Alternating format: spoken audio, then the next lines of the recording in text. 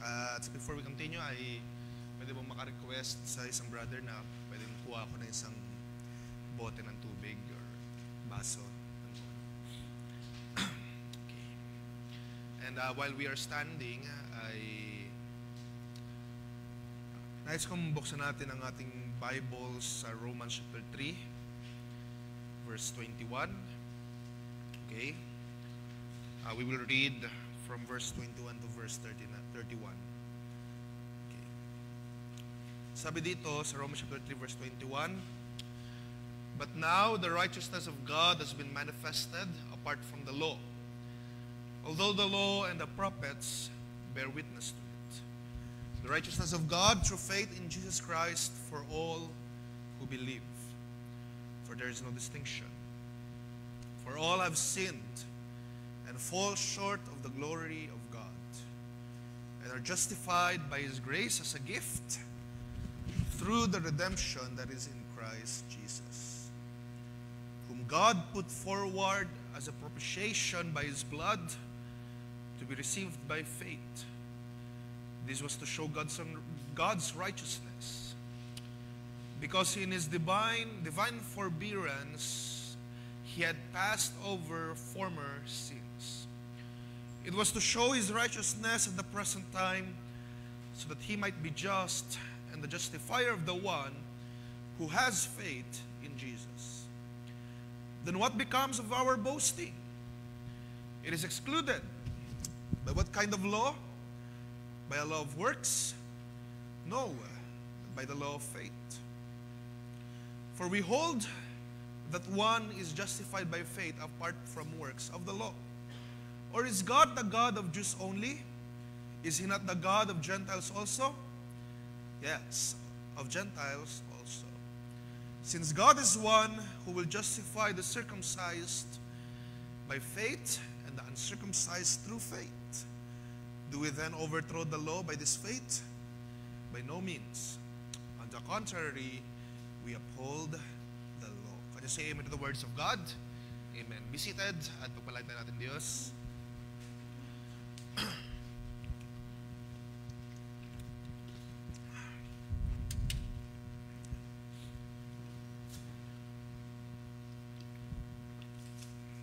Pagpalang gabi sa bawat isa. At salamat sa Diyos sa kalakasan na makatayo sa inyong harapan at this very moment. As of late ay actually hindi mainam yung aking pakiramdam. Recently ay medyo sinusumpong ako ng mga migraines every night. At ngayon ay hindi exemption. So medyo actually parang nahihirapan ako magtuloy-tuloy ng cadence ng pananalita. At samahan nyo ako sa prayer mga kapatid, upang una ang salita ng Diyos ay hindi ma-interrupt, hindi mapigil, mga bagay na nihanda ng Diyos sa gabing ito sa bawat isa ay hindi mapigilan. So medyo mabagal ako salita, ay please understand na lang muna, sapagkat medyo sumasakit yung aking ulo kapag medyo sunod-sunod yung pagsasalita.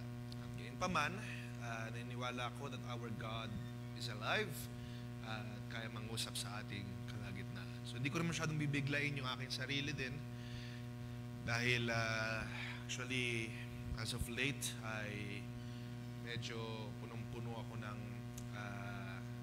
stress na nakaka-apekto na rin sa aking katawan. Kapag actually meron nga isang incident na sa office ako, dahil sobrang pagod, talagang tumaas yung BP dahil sobrang pagod, sobrang stress, at at that time ay talagang kinakailangan magpahinga. Pero hindi ako nakapagpahinga ng maayos dahil of course may work ka, and then mayroon ka mga responsibilities sa work, sa tahanan. Ngayon pa man ay everyday nagpapasalamat tayo sa Diyos for our strength. At right now, naramdaman ko naman ang kalakasan nagmumula sa Diyos. Pero idadaan ko lang para hindi naman din mabigla yung aking katawan. tuloy-tuloy natin yung pagtatalakayan natin sa salita ng ating Panginoon. So please pray for me, mga kapatid, mga kabataan. At naniniwala ako ang kalakasan ay pagkakalob ng Diyos sa kagalingan at this very moment. Okay? So, salamat sa biyaya ng Diyos at sa magandang gabi sa bawat isa. I hope we are happy and pinalakas, pinagtagumpay sa mga sandaling ito. Kung di nyo man ako nakita noong last Sunday, nandun lang ako sa taas kasi it's one of those days na talagang minamigrate na naman ako sa malakas na ilaw. At noong Wednesday, wala rin ako dahil dahil nga medyo masama pa rin yung aking pakiramdam. At yun pa man, this very moment ay nais kong nagagalak ako na may paglingkod ang aking buhay, ang sarili sa inyo ngayon upang magtalakayan tayo, mag-uusap tayo sa mga salita ng Diyos na inihanda niya para sa inyo, para sa bawat isa sa atin. At iniwala ko may mga bagay na may mga great things in store ang Diyos para sa bawat isa. Kaya sa gabing ito ay matuto tayong umasa sa Diyos at magtiwala, wag sa tao, kasi ang tao ay limited. So, ilang years na ba ako nangangaral? 10 years more or less. At 10 years na ako marahil ay kita every Friday, every Sunday na may gawain tayo. I am limited din naman.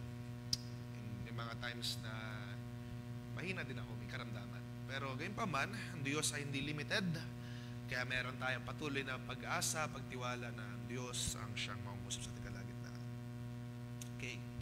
And also, I understand din na may mga bisita tayo ngayon. So, God bless you, brothers and sisters. At I think ay sila, if I'm not mistaken, kamag-anak na ng ating mga kapatid, Brother Miguel. So, nakasama sila sa Bible study last night.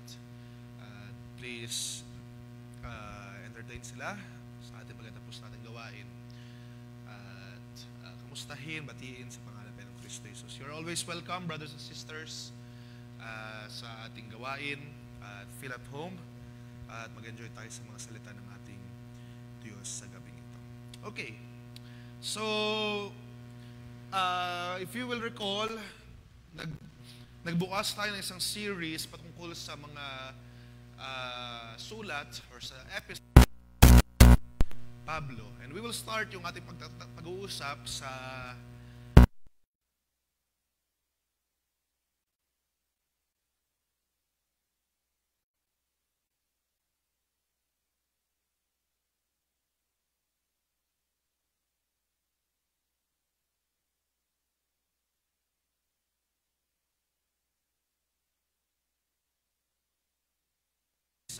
kasi yung Book of Romans ay malaki siya, so hindi ko siya ganong bibilisan at actually magkakaroon to ng mga continuation sa ilang mga parts dahil gusto kong pag-usapan na ito ng maigi dahil I do believe at ilang mga believers din naniniwala na itong Book of Romans ay dito inilahad ni Paul yung kabuuan ng pag-alatag niya from the foundation na nilagay ni Jesus Christ. Dito siya parang nagsisimulang maglagay ng mga bato. Okay? In short, ito yung parang pinakapasimulang turo niya. Ito yung isa sa mga aklat niya na talagang inilatag niya yung kabuuan ng pagtuturo niya ng ebanghelyo sa mga Gentiles. So medyo malaki itong book na ito at bear with me lang kung lalagyan natin ito ng part 1 or part 2 dahil gusto ko maintindihan natin, maunawaan natin why Paul has to write this book, ano bang context na itong sulat na ito para sa Romans at para saan nga ba ito? Ano bang laman nito at para saan ang sulat na ito? So, if you will recall, pinag-usapan natin last time na merong 14 books na inattribute kay Pablo. So, please, prepare na yung ating sa may 9 minutes. handa akong PowerPoint para hindi tayo, okay, para may makita kayo sa screen. Okay, so if may prepare na. So, if you would recall, pinag-usapan natin at marahil aware na rin kayo, merong mga at least 14 books or at most 14 books na ini-attribute kay Pablo, and that is Romans. So, next slide. Kita ba? Kung medyo maliit ay hindi ko alam kung kaya pa ba yung palakihin.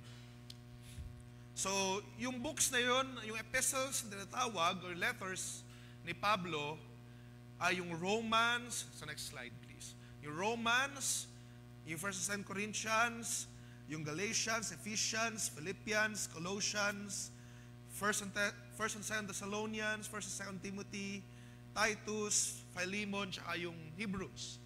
So kung makikita nyo, yung Hebrews ay nilagyan ko ng asterisk dahil actually, itong libro ng Hebrews ay, bagaman if you will hear some preaching, ay ito ina-attribute kay Pablo, wala talaga nabanggit na si Pablo ang nagsulat ng aklat ng Hebrews. Okay?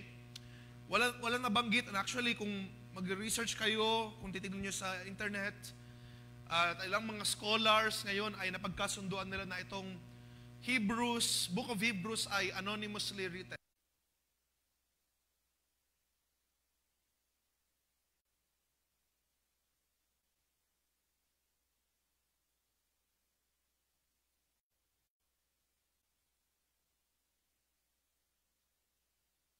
Sariling pagbabasa, sa inyong sariling pag-research. Actually, yung ilang mga books dyan ay may mga dispute sa authorship. Oh? May mga nagsasabi na itong ilang mga talata dyan, ilang mga books ay hindi si Pablo nagsulat. So, pwede nyo siyang tignan nyo na lang sa inyong pag-uwi dahil hindi naman yan that is scholarly reading naman yan, and pwede nyo naman yan gawin sa inyong tahanan. Okay? Pero dito masyado pupuntahan yan dahil yan ay malalalim na ng mga bagay. Pero let's just say at this moment, as it was written, merong 13 or 13 books na ina-attribute kay Pablo, and yung Hebrews ay anonymously written. Pero as an old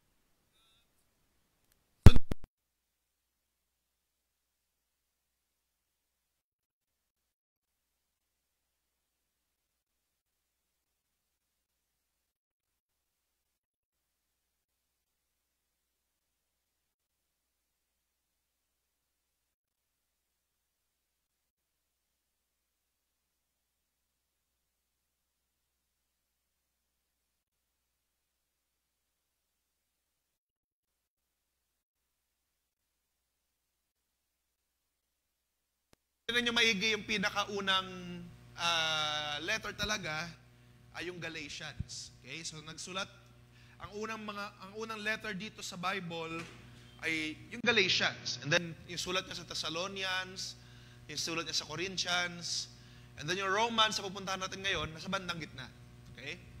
And Ephesians, Philippians, Colossians, Philemon, Timothy, Titus. Okay, so Philemon, 1 Timothy, Titus, and then yung 2 Timothy, usually yung pinakahuli na ina-attribute na date. Okay? So, kung tignan nyo maigi, yung sulat sa Romans, nasa bandang gitna ng ministry ni Pablo.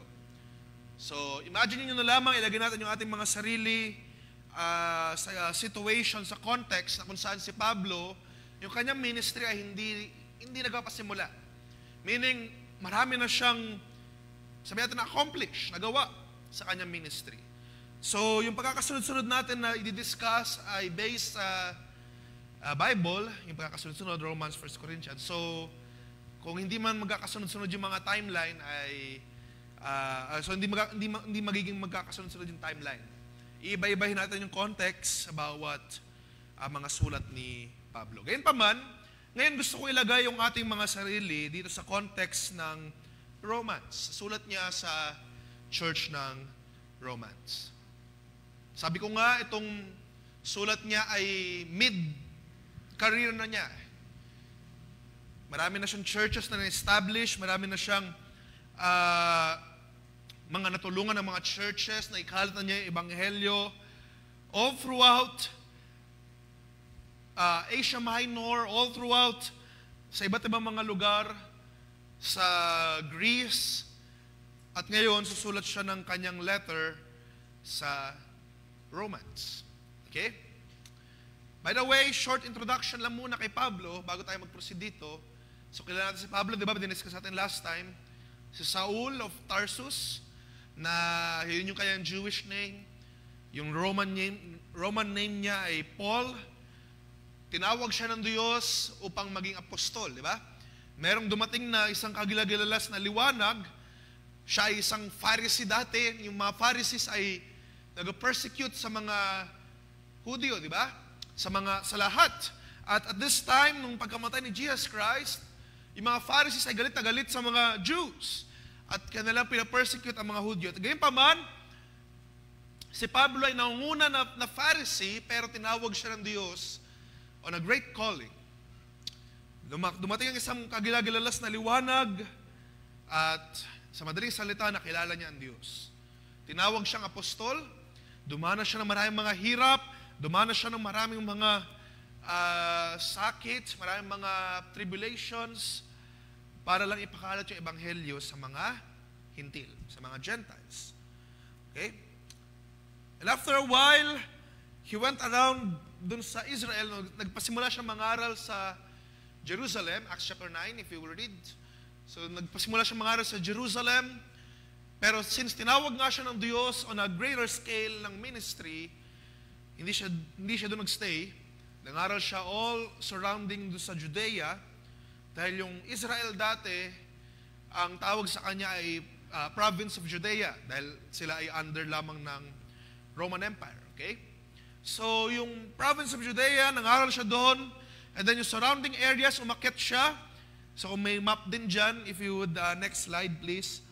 So, umakyat siya sa Judea, pumunta siya doon sa modern day Turkey. Again, medyo maliit, pero kung aware kayo dun sa mapa, visualize na lamang. So dito banda yung Israel sa right side, at siya ay pumunta to preach the gospel sa bandang Turkey dito, and then sa Greece, and then kung mapapansin nyo, meron siyang linya dito palabas, yun yung Rome. Okay? So ganun yung kanyang ministry. At at this time, dun sa context ng letter ni Pablo sa Rome, sa mga taga-Roma, ito pala yung mga nililibot niya. Dito sa side na to. Okay. So marami na siya na-establish na mga churches. Marami na siya natulungan from Corinthians, sa Galatians, sa Ephesians. Kung titignan niyo yung mga lugar na yan, marami na siya napuntahan ng mga church to preach Jesus Christ. Yung gospel na kanyang tinanggap.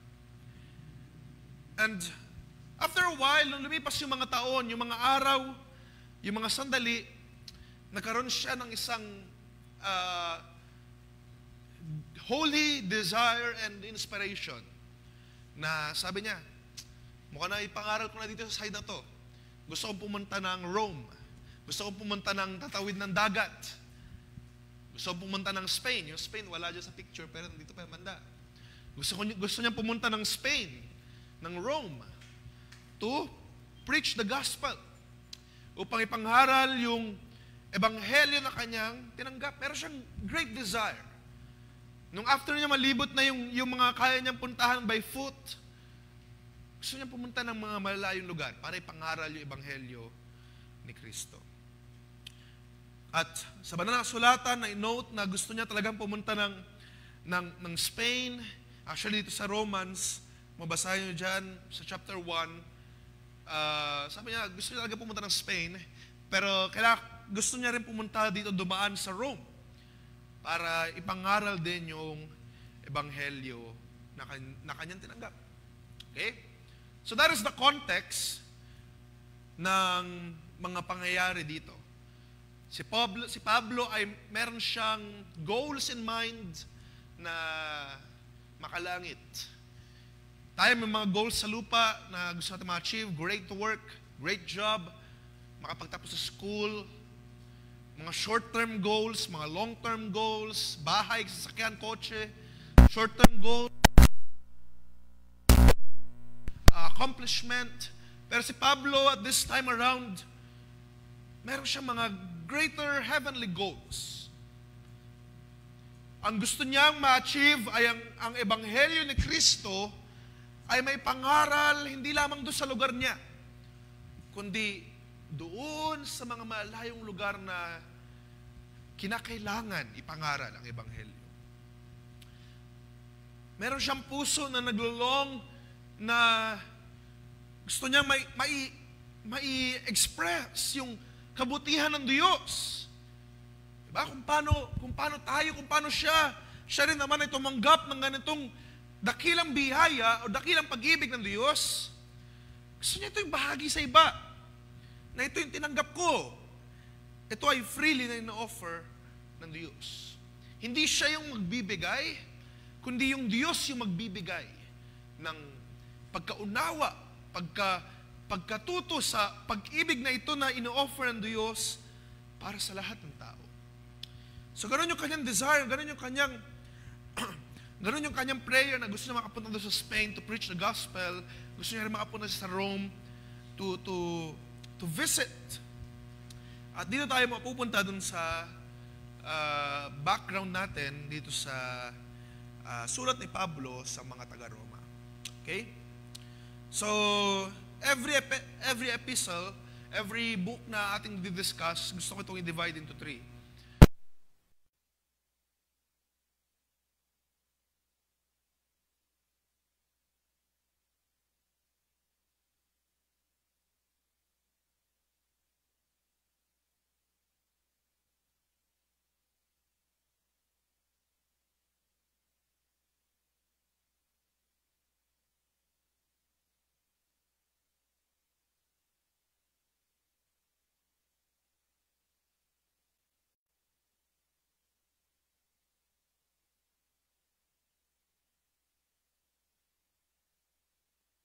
Dito yung Roman Catholic Church. Ito ay iglesia or samahan ng mga believers of Jesus Christ within 40 AD to 50 AD to 60 AD dun sa Rome, sa capital ng Roman Empire at this time. Okay?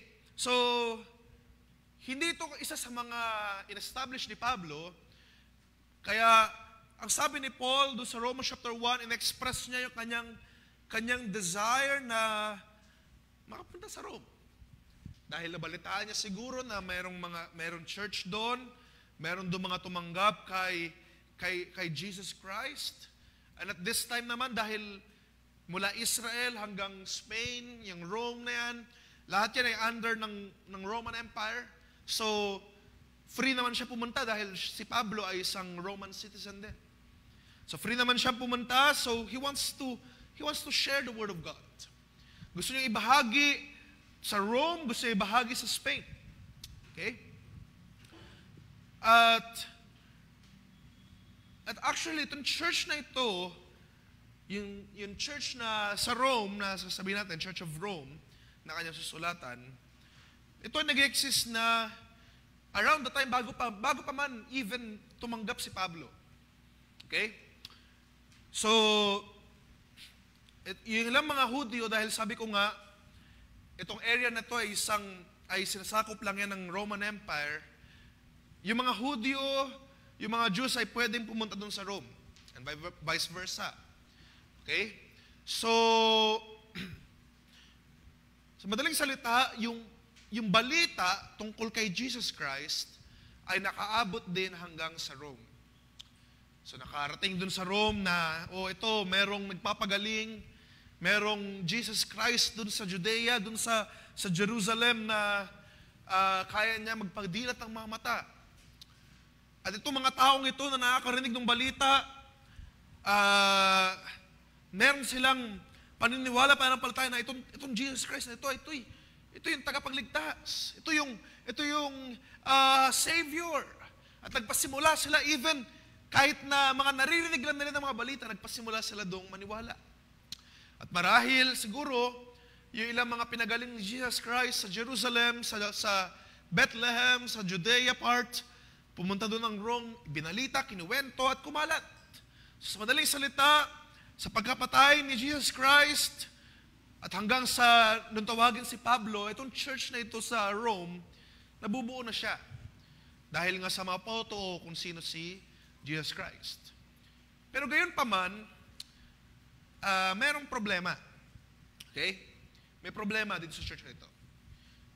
Ang problema, dahil nga mostly, at the time ng, or karamihan, of course, nang tumanggap kay Kristo Jesus, at that time, mga Hudyo, mga Jews, okay? Mga Israelites. At ang mga Hudyo ay meron silang mga set of rules, set of laws, set of traditions na kanilang ginagawa. At ito yung tinatawag natin na mga laws of Moses, di ba? Yung pag-practice ng Sabbath, yung pag-practice ng circumcision, binasa natin kanina, yung pagkain ng mga hindi pagkain ng karne, mga hindi pagkain ng kung ano pang mga bagay.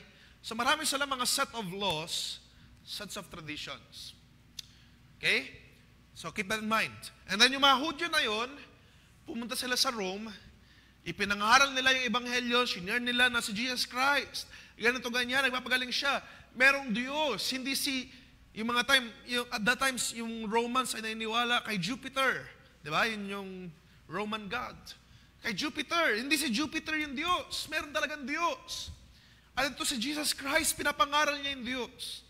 Pero, nagkakasalungatan ang mga Romans at ang mga Hudyo. Bakit? Dahil itong mga Romans, or yung mga Hudyo rather, ang sinasabi nila ay ganito, para maligtas ka, kailangan mong gawin din yung mga kautusan ni Moses. Okay? Tinuturo nila, ito ang Diyos, ito ang God. Yan yung totoong God. Para maligtas tayo, para hindi kayo mapahamak, gawin mo itong, huwag kang kakain ng ganito. Huwag kang i-practice mo yung Sabbath, sabi niya, Sabi ng Diyos ay sundin mo yung mga festivities ng Israel. Yung Passover, i-celebrate mo yung mga feasts ng Israel. Ikaw ay mag-practice ng circumcision. Ikaw ay mag-practice ng ganito, ganyan, para maligtas. So, ganoon yung tinuturo ng mga Jews at that time. Para maligtas, kinakailangan i-practice yung mga natutunan namin sa kautusan ni Moses. Which, if you would see, ay hindi naging maganda sa panlasa ng mga Gentiles sa Rome. At nung narinig nila na si Jesus Christ ay namatay, at ilang mga pautuon na si Jesus Christ nabuhay ulit, so narinig nila yon doon sa Rome, yung ibang mga Hudyo ay hindi naniniwala na si Kristo Jesus ang Messiah. Okay? Binanggit din niya sa banal na kasulatan na sabi sa Romans 11:25, note nyo na lang, no? Na ang mga Hudyo ay binulag. They're waiting for a Messiah, yung tagapagligtas nila, pero hindi nila alam na nung dumating si Jesus Christ, yun na yung tagapagligtas nila. Hindi nila alam. Hindi sila aware. Kaya yung church ng Rome ngayon, na nakarinig ng balita na si Jesus Christ na buhay ulit, so nainiwala sila na yun yung Diyos. Na nandun yung Diyos na nanahan kay Jesus Christ. Pero itong mga Jewish, hindi yan Diyos. Hindi pa dumarating yung Messiah. So, yung Christianity dun sa Rome, nagkakakontrahan. Nakuha niyo yung idea? Hanggang sa dumating yung panahon, if you would, next slide, dumating yung panahon na around 49 AD, so si Claudius Caesar, dahil itong mga Hudyo at yung mga Romans, hindi sila nagkakasundo, nagtalo-talo sila, hanggang sa yung mga pagkatalo-talo nila ay nakaabot na kay mismong Caesar, kay Claudius Caesar at that time. Dahil sa Rome lang capital ng Roman Empire yung Rome. Andun lang si Claudius Caesar, nakikita niya yung mga nagtalo-talo. Dahil sa sobrang hindi na makontrol yung mga pagkatalo-talo, at sa marami pa mga dahilan, inaakusahan ni Caesar na itong mga Jews na ito ay blasphemous. Dahil tinuturo nila si Jesus Christ, hindi si Jupiter. So, sa madaling salita, sabi nito ni Claudius Caesar, paalisin yung mga Hudyo. At pinaalis ni Claudius Caesar on 49 AD itong mga Hudyo doon sa Rome. Walang Hudyo dyan, kahit Christian na Jews or hindi man Christian na Hudyo, alis kayo lahat. Pinabalik doon sa province of Judea, doon sa Israel. At after ilang years na lumipas, syempre namatay si Claudius Caesar, at yung pumalit sa kanya ay nagsabi, sige, pwede na kayo bumalik. Pero pagbalik ng mga Jews, ng mga Hudyo dun sa Rome, dun sa Roman Church, dahil nga, yung mga natira doon, yung mga Gentiles, yung mga, ibig sabihin ng Gentiles ay mga non-Jewish people, yung mga natira doon, yung mga Gentile, at syempre, niwala pa rin sila sa Diyos, hindi na nila ngayon pinapractice yung mga kautusan ng mga Hudyo.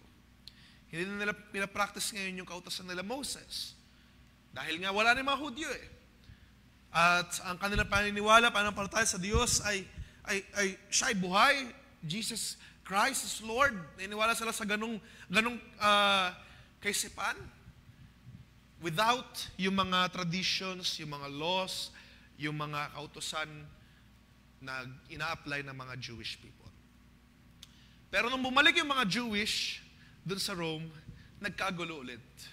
Kasi, ano ginagawa nyo? Bakit hindi ito ginagawa? Bakit hindi kayo nag-practice ng Sabbath? Bakit hindi kayo nag-practice ng circumcision? Bakit hindi kayo nag-practice ng ganito, ganyan? Bakit kayo kumakain ng karne? Bakit kayo kumakain ng ganito, ganyan? At yung church doon ay, sa madaling salita, divided. Nakuha niya yung perspective? Nakuha niya yung idea, mga kabataan? Yung church doon ay divided. At nakakagulo-gulo sila, paano ba talaga maliligtas? Kinakailangan ba namin gawin yung mga kautusan ni Moses? Yung Sabbath, yung Passover, yung circumcision, yung ganitong gagawin sa Ten Commandments, yung mga utos sa Exodus, Leviticus, Numbers. Gagawin ba namin yon?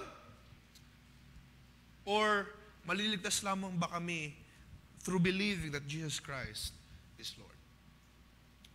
So yun yung pinakapagkatalo-talo na nangyari sa church ng Rome. At marahil nabalitaan ni Pablo yon, na nakarinig sa kanya, and that is why he desired na makapunta doon sa church ng Rome. And bago siya makarating doon, nagsulat siya ng letter. Nagsulat siya ng kanyang epistle. Ito na yung tinatawag natin ngayon na Book of Romans. Ito yung sulat niya doon sa church sa Rome. At dito ang laman ng Book of Romans ay primarily yung mga pagtuturo niya regarding that topic, regarding that discussion. Dahil yung church na to hindi nagkakaisa, hindi sila united ng pag-iisip. Ano ba talaga dapat ang kinakailangan gawin para maligtas? Hindi sila nagkakaisa, gulo-gulo ang church na ito, watak-watak, Gentile versus Jews. Ano ba talaga? Sino ba talaga tama? So sinulat ni Pablo itong sulat niya para sa Roma to address the situation. So, hindi ko na napuntahan yung ilang mga points, ano? Actually, kung babasahin niyo yung Acts chapter 18, nakalagay pala dyan. Sa Acts chapter 18 verse 2, nabanggit yung sinabi kong event na si Claudius Caesar ay pinaalis niya yung mga Hudyo dun sa Rome. Dito sa Acts chapter 18, nakilala ni Paul si Aquila tsaka si Priscilla. So, marahil lang ilan sa inyo ay aware sa names, no? Si Aquila tsaka si Priscilla ay mula Pontus, dun sa mga pati kanina sa taas siya ng Turkey. Pero galing sila sa Rome. Galing sila sa Rome, pero pinaalis ka sila ni Claudius Caesar. But they are believers. Hudyo sila na believers ni Kristo. So, marahil sila yung mga one of those people na nag-argue, ano ba talaga kinakailangan para maligtas? So, in short, yung church na sinusulatan ni Pablo, yung Church of Rome ay may mga iba't iba silang, may mga differing sila ng paniniwala. And Paul starts his letter to the Church of Rome. Siyempre, nagpakilala muna siya. Ako si Pablo. If you will read Romans chapter 1, sabi niya, I, Paul, I am an apostle of God. Sumusulat ako sa inyo dahil kayo rin naman ay naniniwala kay Kristo Jesus, etc. etc. Actually, short trivia lang, ano? Sa lahat ng mga letters ni Pablo, pwede nyo ito yung trivia, lahat ng mga tinatawag na epistles of Paul, ano ang, can you guess kung ano ang first word? Dahil lahat ng epistles ni Pablo, iisa, pare-parehas sila ng first word. Sa mga English Bibles ninyo, nakikita nyo yan. At kung mabasahin nyo Romans chapter 1, so ang first word dyan ay yung name ni Pablo, Paul. If you will read Ephesians, tinitingnan nyo na siguro, no? Ephesians, Paul. Galatians, ganun din. Corinthians, same. So sa lahat ng epistles ni Pablo, he starts by saying Paul. At nagpakilala siya. I am Paul, an apostle of God, or sa Philemon naman, Paul, a prisoner of God. So marami siyang pagpapakilala, iba't ibang mga ways sa pagpapakilala. Pero sa lahat ng epistles ni Paul, except Hebrews, dahil sabi ko nga, di ba, yung Hebrews ay anonymous na yung kanyang pagkaka-attributes. Hindi na siya talaga ina-attribute kay Pablo. Pero from Romans up until sa letter kay Philemon, he starts by saying, I'm Paul, an apostle of God, an apostle of Christ. Ako ay prisoner ni Kristo. Nagpakilala siya. Of course, kasi at that time, hindi naman lahat makakilala sa kanya. Wala namang social media. No, hindi naman nakafollow sa kanya lahat ng mga tao. Wala namang news. Wala namang, may mga newspaper, pero hindi ganun ka widespread. No? Dahil ano lang mga newspaper nun, talagang sulat-sulat lang.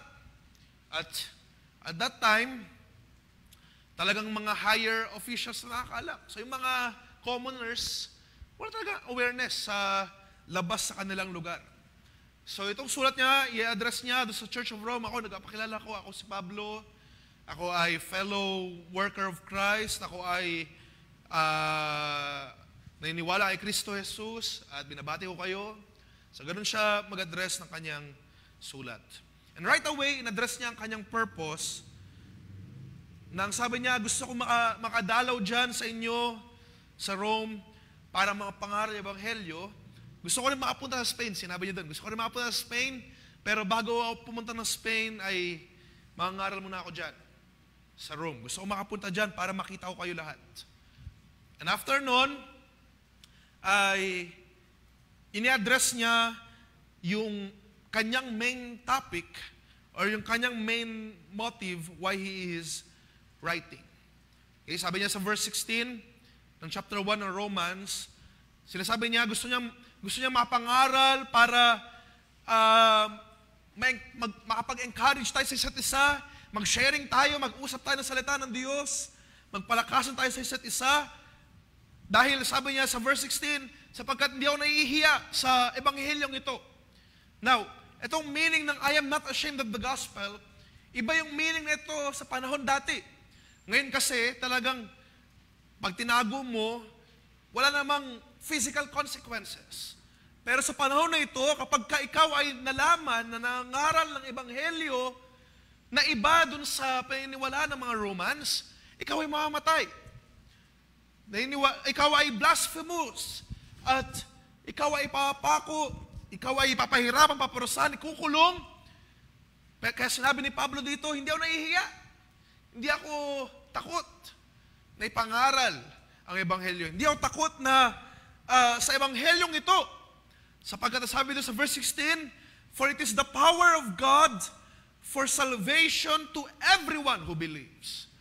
To the Jew first and also to the Greek. So pinapahapyawan na niya yung main motive niya. Okay?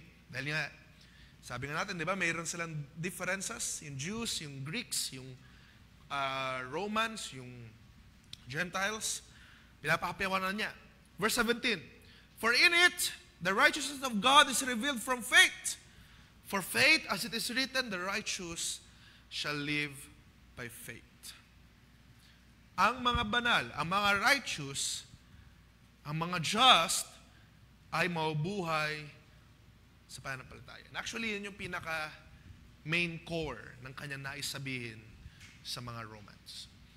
So, if we would, next slide, dun sa, PowerPoint natin, yung book na ito ay dinivide ko sa 4. So ngayon, mapupuntahan lamang natin yung isa dahil 8:04 na. So mapupuntahan lamang natin yung isa.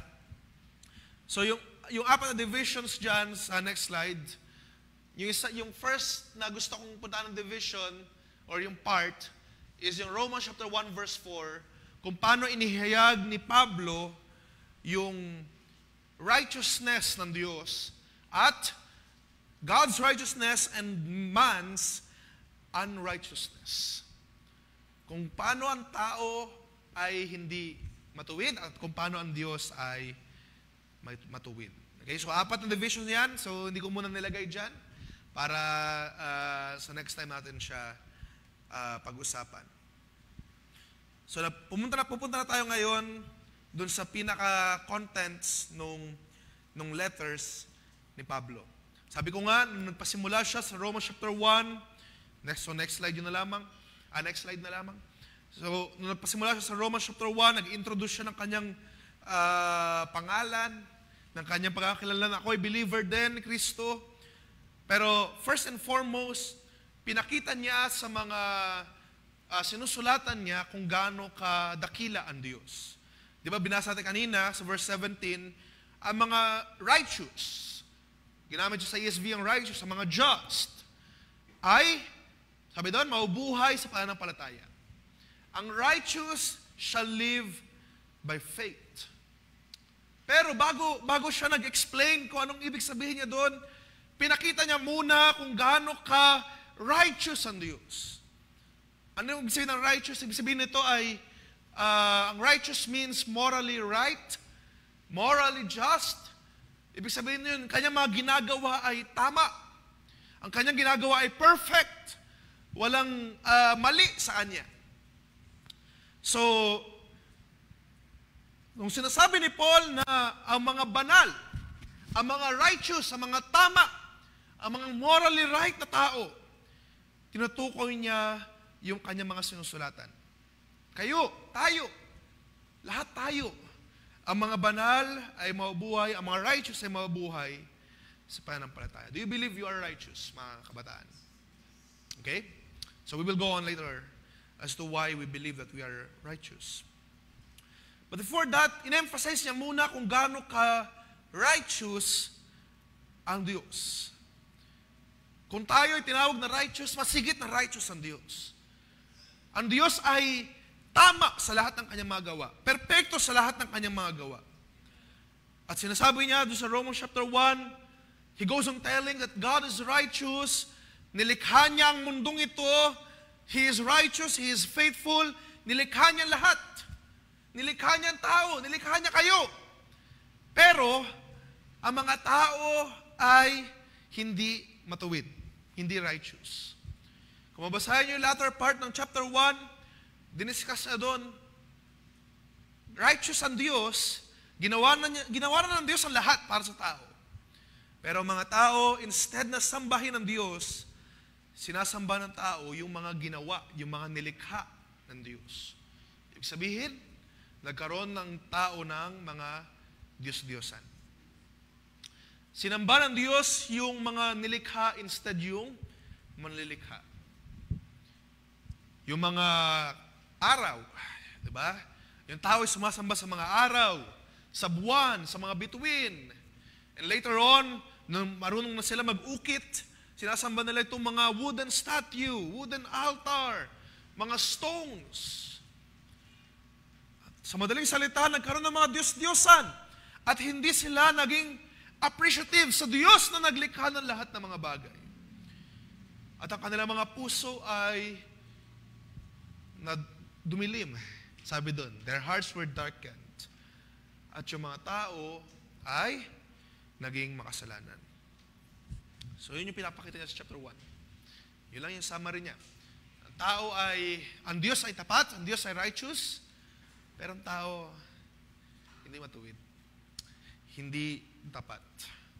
Hindi na-appreciate what God has done para sa kanilang kaligtasan, sa kanilang buhay, sa lahat-lahat.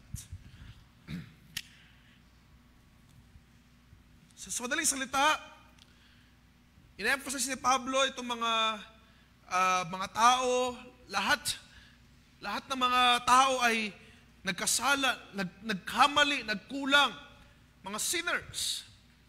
And he goes on sa chapter 2 on this premise. So sabi niya, pwede pala, dahil nga alam natin yung mga Israelites, taong bayan na pinili ng Diyos, di ba? Israelites were chosen by God as His people, as His nation. Pinili ito ng Diyos specifically para ilabas sila sa sanlibutang ito. And then Paul goes on saying, so pwede pala, sa chapter 2 yun na, no? Chapter 2, please, sa slide. Sa chapter 2, pwede palang sabihin ng mga Hudyo, paano ba yan? Pinili kami ng Diyos. So ibig sabihin, hindi kami kasama dun sa makasalanan. Ganun yung ini-introduce niyang idea. Sinasabi ni Pablo, or pwedeng sabihin ng mga Hudyo, paano ba yan? Pili kami ng Diyos bayan kami ng Diyos So, hindi kami kasama dyan. Pero si Pablo, sinabi niya, actually, hindi lamang basta yung mga Gentiles yung makasalanan, even yung mga Hudyo, yung mga naniniwala sa kautusan. Sabi pa nga ni Pablo, mas malala pa kayo.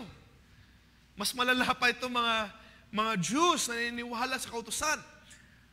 Ang kanyang idea, ang kanyang sinasabi, if you would read Romans chapter 2 verse 24, ang sinasabi ni Pablo, kayo nga, dahil kayo ay masama, dahil kayo ay sumusuway sa kautusan, ang pangalan ng Diyos ay nasisira dahil sa inyo. Yun yung sabi ni Pablo. Ang bigat. Dahil sa mga Hudyo, kung paano nila sinisira totally yung kautusan, naniniwala sila na mayroong kautusan, naniniwala sila na dapat ito gawin, dapat ito hindi gawin, pero paulit-ulit nilang ginagawa. Paulit-ulit sila nag-offend sa kautusan. So wala rin silang karapatang magmalaki. Yung mga Hudyo ay walang karapatang magmalaki na mas tama sila, mas okay sila, mas maganda yung kanilang ginagawa dahil even sila na may mga kautusan, sila na may mga tamang pagtuturo, pagtutuwid, pag-asaayos. Sila ay sumusuway sa mga kautusang ito. Kung ang mga Gentiles, sa mga non-Jewish, wala silang law para sundan, masama sila, paano pa ito mga Hudyo? Meron silang law, pero sinusuway nila. Diba? So, sabi ni Pablo, hindi kayo ligtas. Mas pasaway pa nga kayo Mas makulit pa nga kayo. Yun yung sabi niya sa chapter 2. And it goes on by telling, wala dapat magmalaki. Kung Gentile ka man, kung Hudyo ka man, kaya ang sinabi niya sa chapter 3, there is no one righteous. No, not one. Walang pwede magmalaki sa atin. Ikaw na Pilipino, hindi naman tayo lumaki with Jewish customs, Jewish traditions, the law of Moses. Hindi yan tinuro sa atin mula pagkabata. Wala tayong alam kung anong tama at mali nung tayo silang. At hindi tinuro sa atin ano ba talagang dapat gawin, paano ba i-exercise itong Passover, paano ba gawin itong Sabbath, etc., etc. In short, hindi tinuro yung kautusan ni Moses. Pero hindi pwede magmalaki yung mga Hudyo na sila ay tama, tayo ay mali. Because even sila na may mga kautusan, ay sila mismo ay nag-o-offend sa kanilang mga kautusan na pininiwalaan. Okay? And that is why Paul goes on saying, Romans chapter 3, if you will read, no one is righteous. Verse 21, basahin natin. But now the righteousness of God has been manifested apart from the law, although the law and the prophets bear witness to it. The righteousness of God through faith in Jesus Christ for all who believe, for there is no distinction. For all have sinned and fall short of the glory of God. Lahat tayo nagkasala. Mapa-Hudyo ka man, mapa-Griego ka man, mapa-Gentile ka man, mapa-Pilipino ka man, Amerikano, half Spanish, etc. Lahat tayo nagkasala. There is no distinction. So yun yung pagkakasummarize niya sa first 2 chapters. Ang Diyos ay matuwid, pero ang tao ay hindi matuwid. Ang Diyos ay gumawa ng lahat ng bagay, pero instead na sambahin ng tao ang Diyos, sinasamba lahat ng mga bagay. At nakikita yan sa panahon natin ngayon. God created everything there is to have sa mundong ito, pero ang tao ano sinasamba? Popularity, money, idols sa lupa, etc., etc. Hindi sila natutong mag-appreciate on what God has done. Okay? Pero alam nyo ba mga kabataan, hindi doon natapos yung conclusion yung ating istorya. Hindi natapos na lahat tayo makasalanan at lahat tayo mamamatay. The end. Hindi doon natapos yung istorya. Alam nyo ba ang sabi sa isang accounts na nakasulatan, for the wages of sin is death.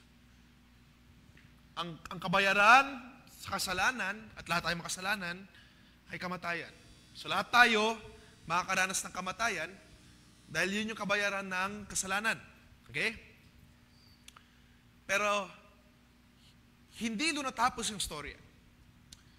Kung ang lahat ng tao ay mamamatay, sino sasamba sa Diyos?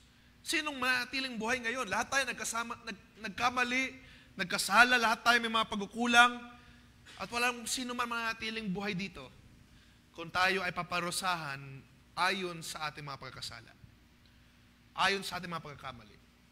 Kung tayo ay paparusahan ng Diyos based sa ating mga nagawang pagkakamali, dead sa tayo, matagal na. Pero hindi natapos ang story doon. Ang sabi sa verse 23, for all have sinned and fall short of the glory of God.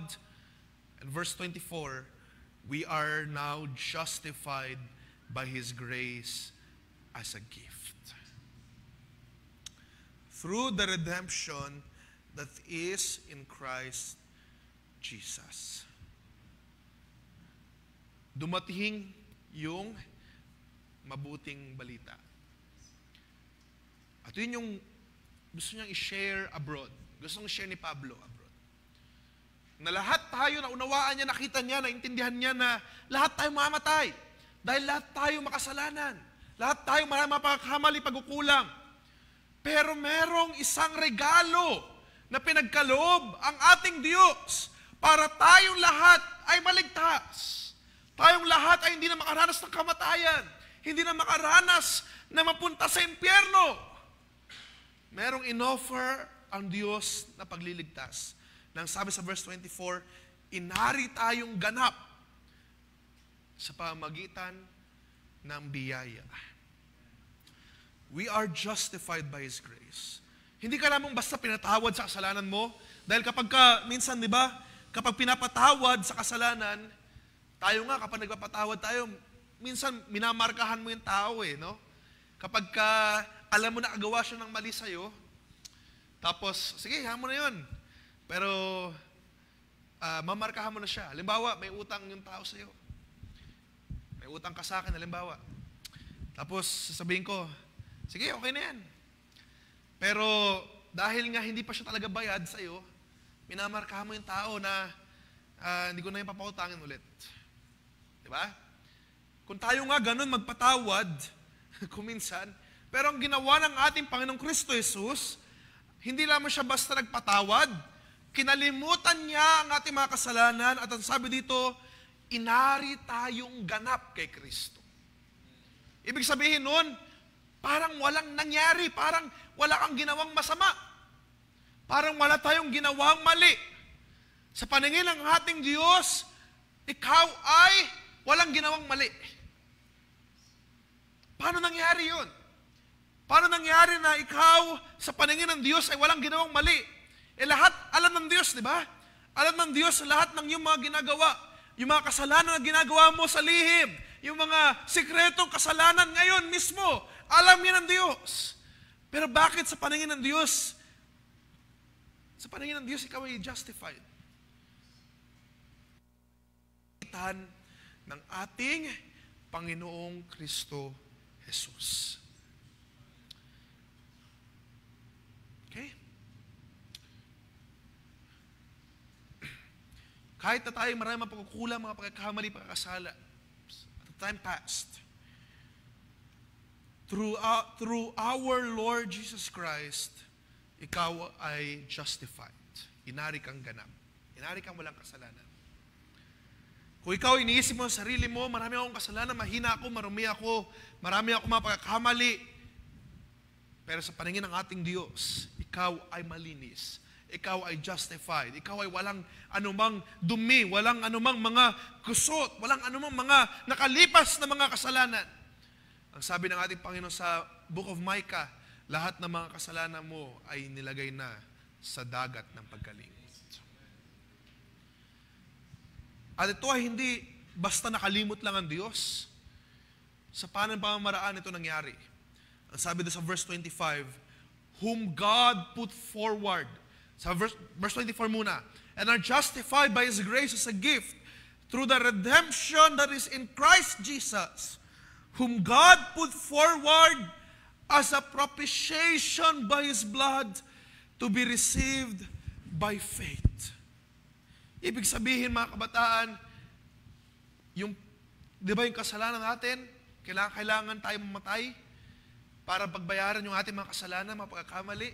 Yung mga ginagawa natin ngayon ng mga kasalanan, mga kahinaan, yung mga ginagawa natin ng mga bagay sa lihim, we deserve to die para bayaran yung mga kasalanan na yan.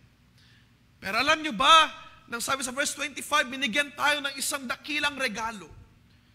Ito ang ating Panginoong Kristo Jesus na nang sabi dito, naging pampalubag loob ang kanyang dugo para hindi maghalit ang Diyos sa iyo, para hindi ka paluin ng Diyos, parusahan ng Diyos, patayin ng Diyos. Naging pampalubag na loob ang dugo ni Jesus Kristo. Nung nakita niya ang dugo ni Jesus Christ, gumaan ang loob ng Diyos at sinasabi dito, ikaw ngayon ay justified sa paningin ng Diyos. Hindi nagalit ang Diyos sa iyo, hindi ka pinuksa at that moment. Marami kayong mabasa mga kasulatan na ang Diyos, kapag siya'y nagalit, diretso patay. Yung mga Israelites na nagreklamo sa panahon ni Moses. Di ba? Moses, dinala mo ba kami dito para mamatay? Ano nangyari? Sabi ng Diyos, sinong mga panig kay Moses pumunta dito? Sino mga gusto nang umuwi sa Egypt, punta dito. At lahat sila sama-sama, kinain ng lupa. Straight, diretso patay. Diba? Kapag ikaw ay offender ng kautusan, at that time ng mga Hudyo, binabato. Hindi lang ikaw, yung immediate family mo, binabato. Yung pagmamayari mo, binabato para malinis yung bayan. Pero salamat na lamang sa biyaya ng Diyos. Na tayo, ikaw, ako, marami tayong mga pagkakamali, kasalanan, mga karumihan, mga bagay na lihim, mga bagay na hindi nararapat sa harapan ng Diyos. Pero merong isang Jesucristo na nabayubay sa krus para ikaw ngayon ay maaring ganap ng Diyos. Hindi ka pwedeng gawing ganap ng Diyos dahil may kasalanan ka. At ang Diyos, sabi sa binasa natin kanina, ang Diyos ay righteous. Hindi siya pwede magsinungaling na, walang kasalanan yan. Hindi nagsinungaling ang Diyos. Kapag may kasalanan ka, alam yun ang Diyos. Diba? Ang Diyos ay righteous. So, dapat na parusa sa atin talaga ay kamatayan. Pero anong ginawa ng Diyos? Lahat ng ating mga parusa, inilagay dun sa isa. Lahat ng ating mga utang, gaano man karami ang ating mga utang na pagkakasala, inilagay dun sa isa. And that is Jesus Christ. Na siya na walang kasalanan, nagbayad ng kasalanan ng nating lahat. Namatay siya sa krus. Namatay siya on a most dishonorable way. Ang pagkabitin sa krus. Kahihiyan yun. Dahil nakikita ka ng lahat. Bawa ka mga lagutan ng hininga. At ikaw ay slowly, dahan-dahan na mamamatay. Hindi yun biglaan na pagkapako sa'yo, patay ka na. Dahan-dahan ka mamamatay. Dahan-dahan ka. May kita mo mga tao na kinukutya ka, inaasar ka. Ikaw ay, ang ginawa kay Jesus Christ, kinunahan ng tinik. Siya ay pinahirapan, pero wala siyang kasalanan. Pero bakit ganun ang nangyayari sa kanya? Dahil yung kasalanan mo, yung kasalanan ko, kasalanan natin lahat, ibinilang sa kanya para siya ang magbayad ng lahat ng iyon. At ang sabi dito, yung kanyang dugo, yung tumagas sa krus ng Kalbaryo, yun yung naging pampalubag loob. Propitiation. Para gumaan yung loob ng Diyos, hindi magalit sa iyo. At sabihin dito, okay, bayad na ang utang mo. Ikaw ngayon ay inaari ko ng ganap. Naintindihan nyo ba?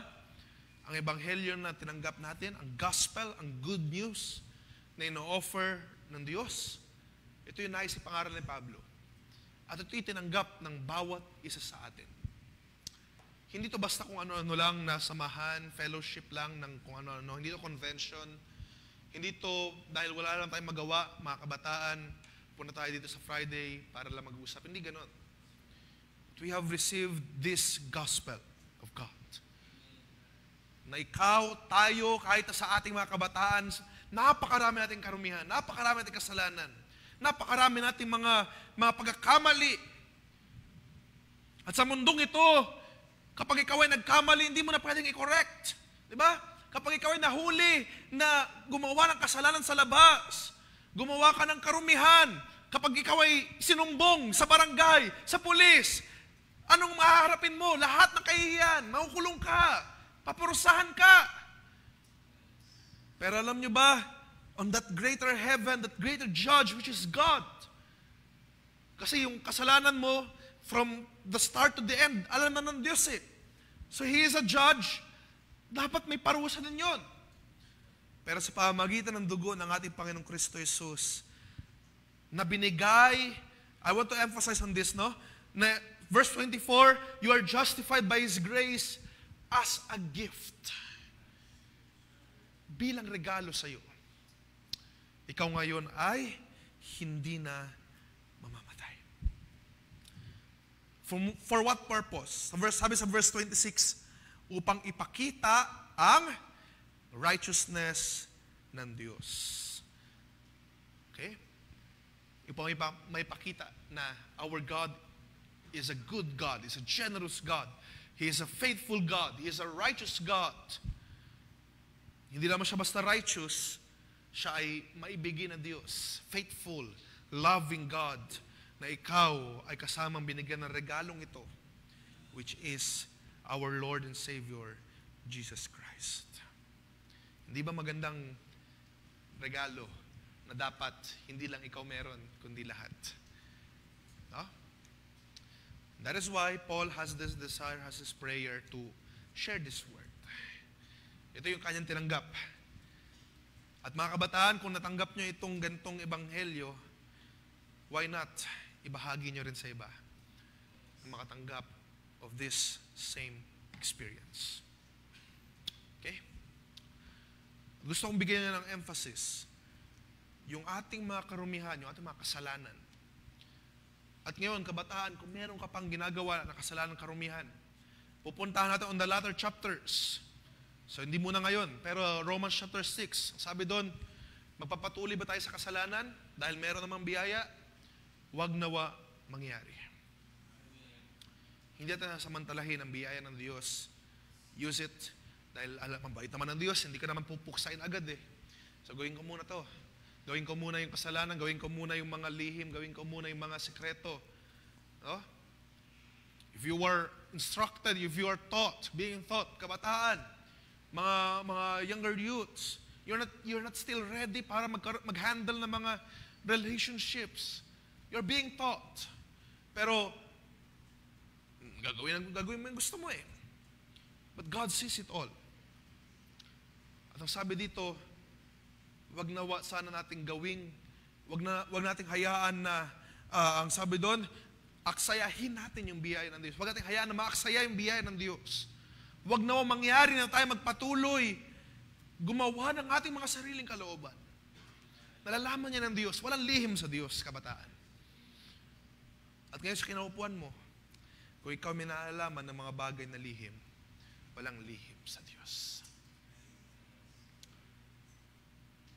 Pero ang sabi sa 1 John, kung ikaw ay magko-confess ngayon at pagkasabi, Lord, nagkasala ako, nagkamali ako, marami akong nagawang pagkukulang, Lord, sabi doon, He is faithful and just to forgive us our sins.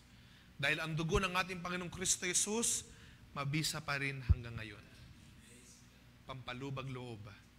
Pero hindi yan forever, mga kabataan. May limit yan. May hangganan yan. Pag bumalik ang ating Panginoong Kristo Jesus, tapos na biyaya, sarado na. So, hindi naman tayo alam kung kailan babalik ang ating Panginoong Kristo Jesus paano mo matansya ngayon? Paano kung bukas bumalik at hindi mo nabigay ang iyong buhay sa Diyos? Paano kung bukas kunin ang buhay mo at hindi mo nabigay ang buhay mo sa Diyos? Saan ka pupunta? Ikaw ay, sabi dito, sa binasa natin, magbabayad ng kasalanan mo. Pero kung tatanggapin mo si Kristo Jesus ngayon, siya yung magiging pambayad para hindi ka mapunta dun sa hukay, kundi makasama ka ng ating Diyos sa makalangit at ako. Intindihan niyo ba, mga kabataan? So ito yung nais ibahagi ni Pablo. Ito yung kanyang tinanggap. Itong biyayang ito na tinanggap nating lahat. And we are justified, sabi ko nga, I will give emphasis doon, as a gift.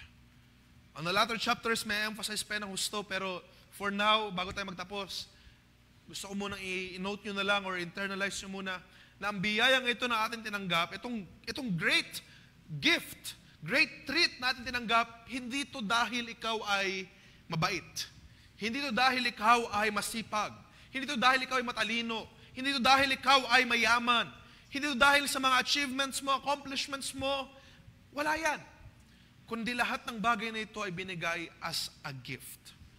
Kung ikaw, di ba, magbibigay ka ng regalo sa sino man dahil birthday niya, hindi dahil deserve niya, hindi dahil, or di ba, kuminsan nga ang tao, ganun mag-isip.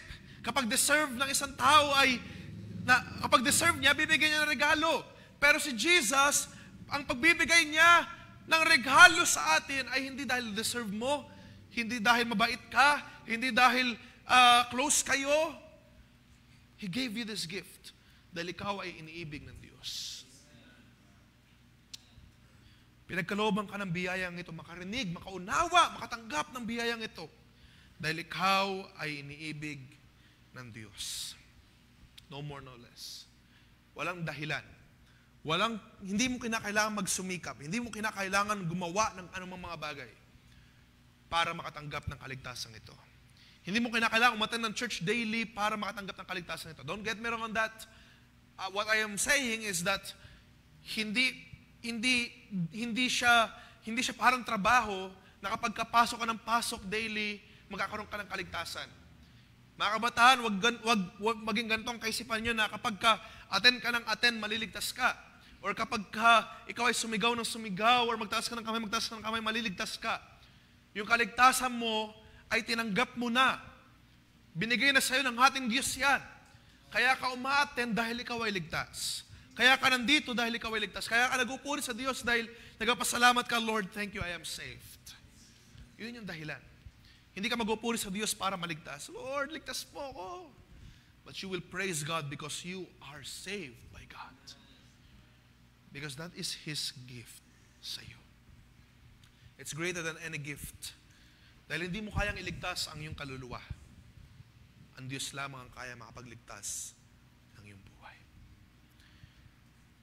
And before we conclude that part, yung Romans chapter 4, pinakita niya ang halimbawa kay Abraham. So dito tayo mag-conclude, no? Kung may display pa yung last page ng ating chapter, ng ating PowerPoint presentation. So next time, lalakihan ko siya para mas makita natin lahat. Pero, ano, Romans chapter 4, pinakita dito yung paghahalimbawa kay Abraham na siya ay justify by faith. Gusto kong makita yung argument dito ni Pablo.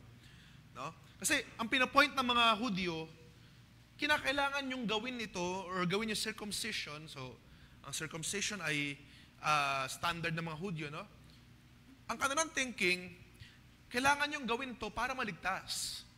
Kinakailangan yung mag-observe ng Sabbath. So, Sabbath is yung rest day every 6th day of the week. No? I-observe niyo yung Sabbath para maligtas kayo. I-observe niyo itong tamang pagkain para maligtas kayo. This is what they are pointing at. Pero ang ine-emphasize ni Pablo, sa ating binabasa kanina pa, na hindi sa ating mga gawa tayo naligtas. Kundi ito ay regalo ng Diyos sa iyo. Binigay sa iyo ng Diyos na libre. Hindi dahil mabait ka, hindi dahil sumusunod ka ng kautusan ni Moses kaya ka naligtas. Kundi, ang bagay na yan na tinanggap mo na kaligtasan, ay tinanggap mo as a gift from God. And I want us to see in Romans chapter 4, meron siyang argument dito na pinapakita to further prove his point. Sa Romans chapter 4, kung babasahin natin, okay, let's read it all together. Gusto ko na lang basahin sa, so snippets na lamang natin para mabilis. Sa chapter 6, verse 6 ng Romans 4. Just as David also speaks of the blessing of the one to whom God counts righteousness apart from works. Blessed are those whose lawless deeds are forgiven and whose sins are covered. Blessed is the man against whom the Lord will not count his sin. Diba? Sabi ni David, mapalad ang tao na hindi bibilang sa kanyang kasalanan. Mapalad yung tao na, sabi dito, yung mga kasalanan niya, yung mga karumihan niya ay pinatawad. Yung mga kasalanan niya ay tinakpan. How blessed is that person?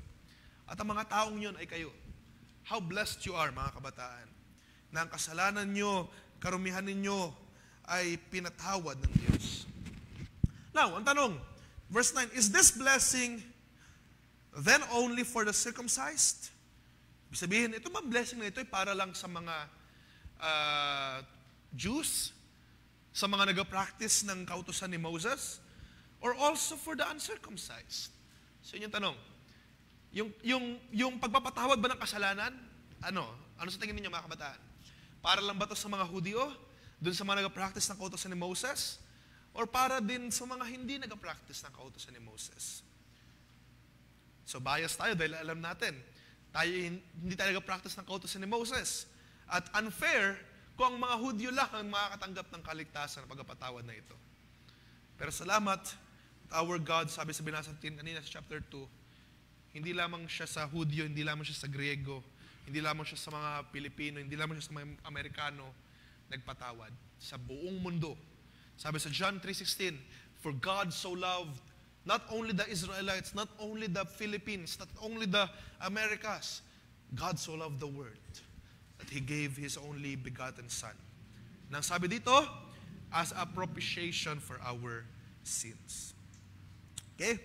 Let's continue reading. Is this blessing then only for the circumcised and also for the uncircumcised? For we say that faith was counted to Abraham as righteousness. So ito pinapropose niya ganito kay Stepan, no? So, nabanggit sa mga kasulatan na ang pananampalataya ay binilang kay Abraham as righteousness. So, inaring ganap si Abraham or inaring mabuting tao si Abraham, sabi natin ganyan, dahil meron siyang pananampalataya. Now, ganito yung problema.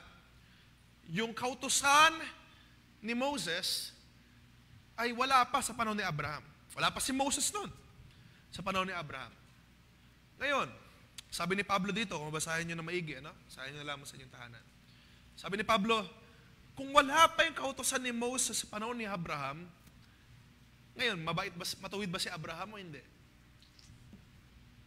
Kasi wala pa yung kautusan para magsabi kung mabait siya o hindi, kung matuwid siya o hindi. Diba? Tanong ko kayo. Wala pa yung kautusan ni Moses, wala pang rules, wala pang law. So, walang tama at mali, technically. Diba? Wala magsasabi na ito tama itong ginagawa mo, ito mali itong ginagawa mo.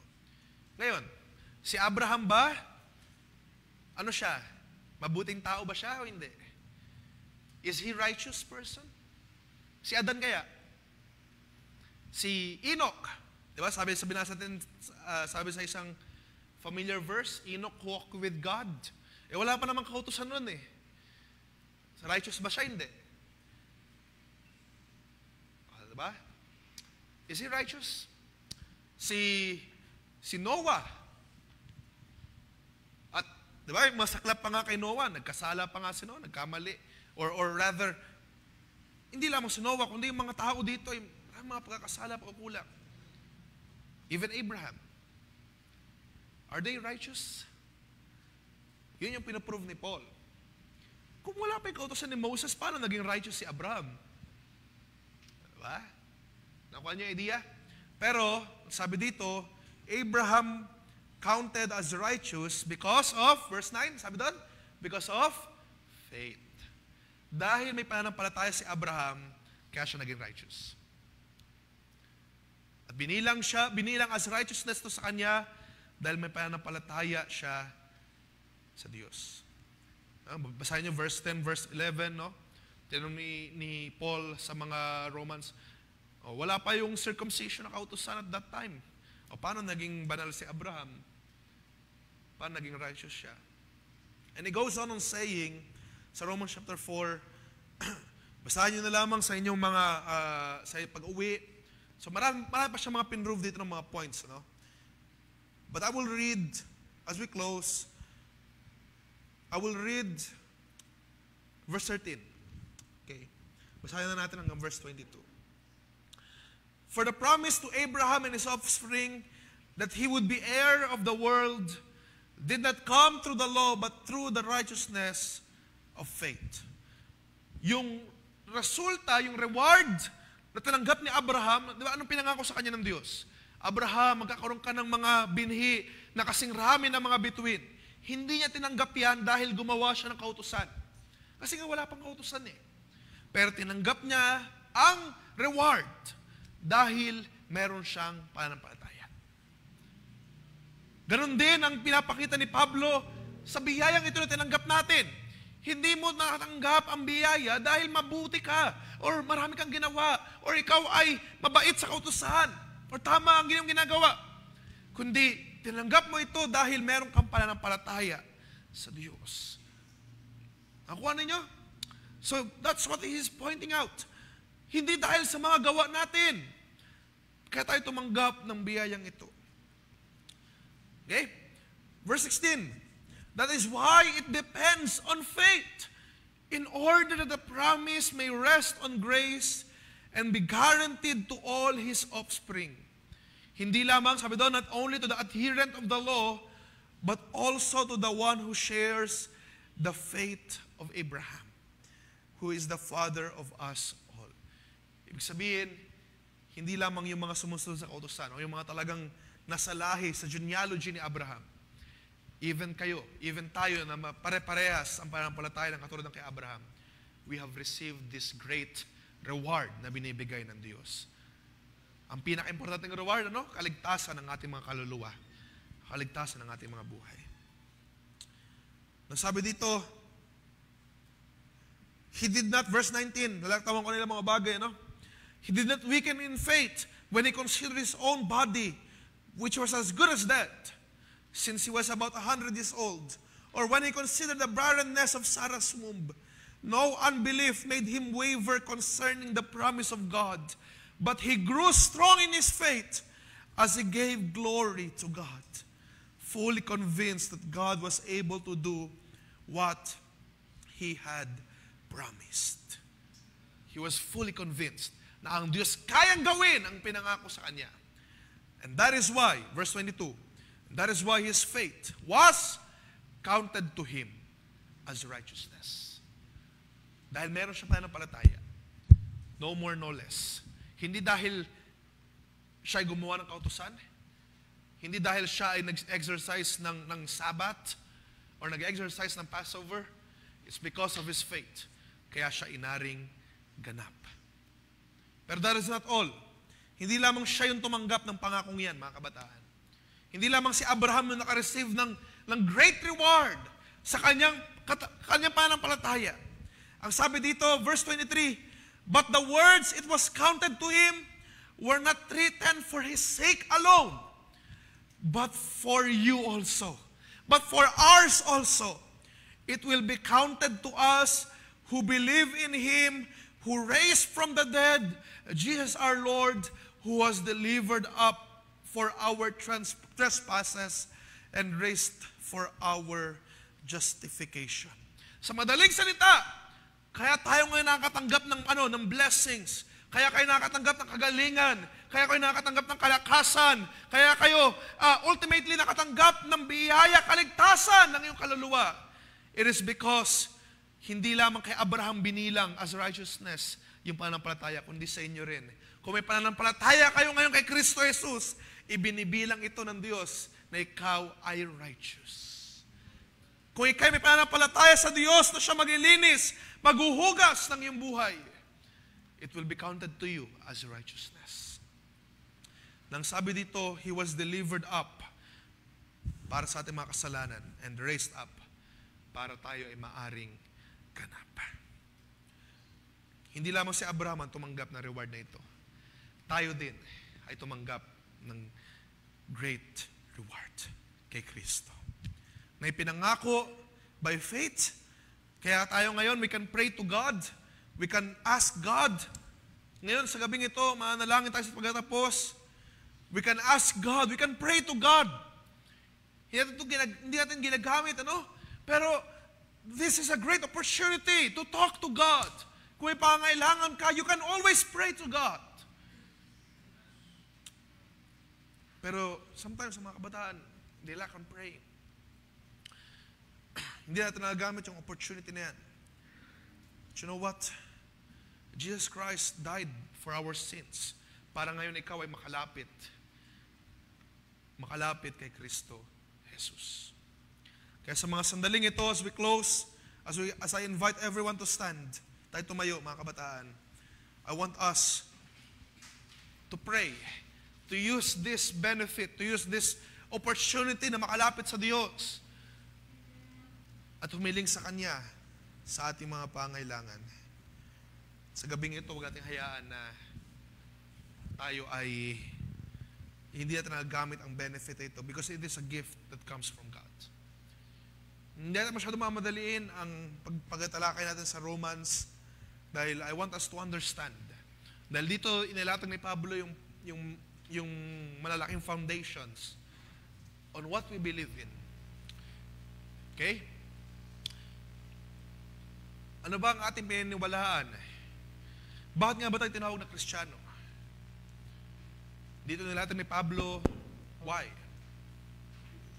Because ang Diyos ay righteous, ang tao ay Hindi righteous, pero paano naging righteous ang tao? It is because of Jesus Christ na siyang naging representative, naging pampalubag loob. Siya yung napako sa krus na matay, sa krus ng Kalbaryo para ikaw, tayo ay maligtas. Yun yung purpose ng Diyos. Pinahirapan ng ating Panginoong Kristo Jesus para ikaw ay may kagalingan ngayon. Ikaw ay may kalakasan ngayon. Ikaw ay makumpleto ngayon. It is all because of the grace of God na pinagkaloob niya sa iyo as a gift. Regalo. Libre lang. Sa inyong lahat ng mga tatanggap at mananampalataya will believe in His heart na salamat Diyos, niligtas mo ako. Sila na mga mananampalataya sa kanilang mga puso. Thank you, Jesus Christ, for setting me free, for saving me. If you have that faith right now, makasama ka dyan sa mga tinawag na naligtas, inaring ganap. Yan yung magiging resulta. Yan yung magiging reward for, sabi dito, Abraham was justified, not by works, but by faith. So right now, ikaw ay inaring ganap. Hindi dahil mabait ka, hindi dahil sa iyong mga gawa, but because God loves you.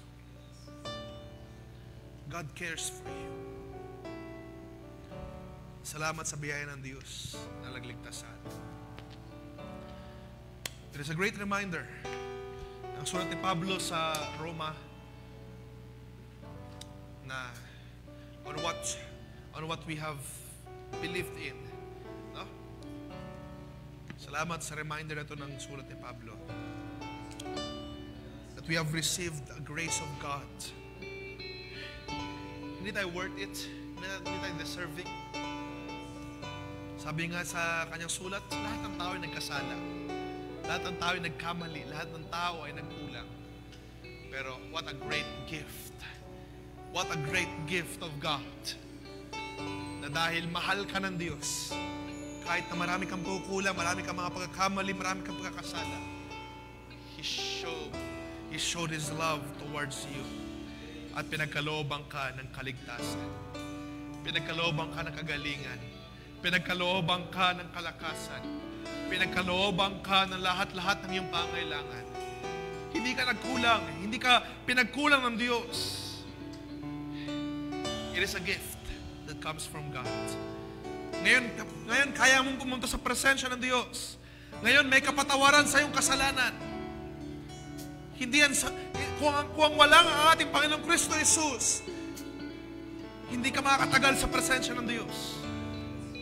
Hindi ka makakalapit ngayon sa simbahan. Hindi ka makakalapit sa church. Hindi ka makakalapit kung nasaan ang presensya ng Diyos kung wala ang ating Panginoong Kristo Jesus. Pero salamat na lamang, our Lord Jesus Christ has died and rose again. And sabi doon, He has died para linisin ang ating mga kasalanan, and He has rose again para ariin tayong ganap. Ngayon ikaw ay ganap na. Ngayon ikaw ay banal. Ngayon ikaw ay saint na. Why? How? Ito ay sa pamamagitan ng ating Panginoong Kristo Jesus. Hindi mo kaya maging banal? Hindi natin kaya maging mabait? Hindi natin kaya maging mabuti? No one would classify us as someone na mabait, na mabuti. Kung lilista lahat ng ating mga pagkakasalan, lilista lahat ng ating mga pagkukulang, hindi tayo kailanman naging mabuti. Pero salamat sa ating Panginoong Kristo Jesus na ikaw ngayon tinitingnan ng Diyos as justified, as sanctified. Tinitingnan ka ngayon ng Diyos as someone who is clean, who is pure, who is a saint. It is because of His great mercy, of His great love sa iyong buhay. That is why, kabataan, huwag nating kalimutan, papurihan ang ating Diyos. For He has done great things sa ating buhay. Ito ang ating tinanggap na pakaligtasan. This is the gospel that God has shown us. Ito ang ating tinanggap na ebanghelyo na ikaw, tayo, marami mga kakulangan, kasalanan. Pero merong Kristo Jesus na namatay para ikaw ngayon ay maligtas. No one is worthy. Pero dahil sa ating Panginoong Kristo Jesus, you have become worthy. You have become righteous. It's all by the grace of God. And that is what Paul wants us to see. That is what God wants us to see, mga kabataan. Huwag natin sayangin ang pagkakataon.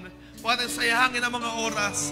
Huwag natin sayangin ang biyaya ng Diyos upang gumawa pa ng kasalanan. Magpatuloy tayo ngayon sa Kanyang biyaya, sa Kanyang pag-ibig. Lumapit tayo sa Diyos. At kung ikaw ngayon nakikita mong yung sarili, may kasalanan, may karumihan, may mga kakulangan, makakalapit ka ngayon sa Diyos. Lumapit ka. At ang sabi ng ating Panginoon sa 1 John, kung ikaw ay lalapit sa Diyos, He is faithful and just to forgive us our sins. Sino sa mga sandaling ito may pangangailangan sa Diyos? Sino sa mga sandaling ito ang may dalangin sa ating Panginoon? Sama-sama tayo manalangin sa pagkatapos. Kung may mga pangangailangan tayo sa gabing ito, hindi ko na babalik sa ating MC. Kaya ang bawat isa ay matutong manalangin, matutong lumapit sa Diyos. For it is a gift, hindi lamang sa akin. Hindi ito gift ko. Binigyan din kayo ng regalo ng ito ng Diyos. Regalo na makakalapit ka ngayon sa Kanya, makakausap mo siya, maaabot mo ang Kanyang laylayan, mahihingan mo siya ng tulong. Kung ikaw ay depressed, kung ikaw ay anxious sa mga bagay, you can always come to God. Kung ikaw ngayon na nangangailangan ng kalakasan, kagalingan, merong Diyos nang sabi sa Isaiah, by His stripes, we are healed. Hindi ito sa pamamagitan ng ating mga sariling gawa, mga kabataan. Hindi sa pamamagitan ng ating Panginoong Kristo, Jesus. Purihin ang ating Panginoon. Sa mga sandaling ito, before we close, kung sino yung pangailangan sa gabing ito, I want you to lift up your hands, lift up your faith sa Diyos, and say, Lord, I believe. Lord, I believe. Lord, I believe in you. Sa mga sandaling ito, lumapit tayo sa Diyos, sapagkat siya ay mabuti sa atin. We will sing a song bago tayo manalangin ng tuluyan. Hindi ko na babalik sa ating MC. Salamat sa Diyos sa kalakasan. Salamat sa Diyos sa patuloy na inspiration, kagalakan. But before that, before we close the service, let us sing the song, a simple song. I love Him, I love Him.